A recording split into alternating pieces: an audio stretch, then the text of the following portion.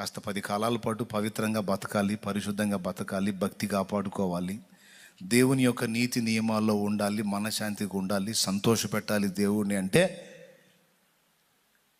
బలహీనమైన పాపాల్లోకి వెళ్లకుండా కాపాడబడాలి అంటే తప్పదు, పారిపో, తప్పించుకో. ఈ రౌండ్లో కూర్చుంటే నన్ను బుక్ చేస్తారు. ఈ మనిషితో సంభాషణ చేశానంటే ఖచ్చితంగా నేను తేడా పడతాను. అన్యుల సంగతి అటుంచి విశ్వాసులైనా సరే, అన్న అనుకున్నా, అక్క అనుకున్నా, తమ్ముడు అనుకున్నా, చెల్లి అనుకున్నా, ఏదనుకున్నా సరే హద్దే. అది దాటిందా అంతే సంగతులు. ఇక ఘోరమైన నీచానికి దిగజారుస్తాడు సైతానుగాడు.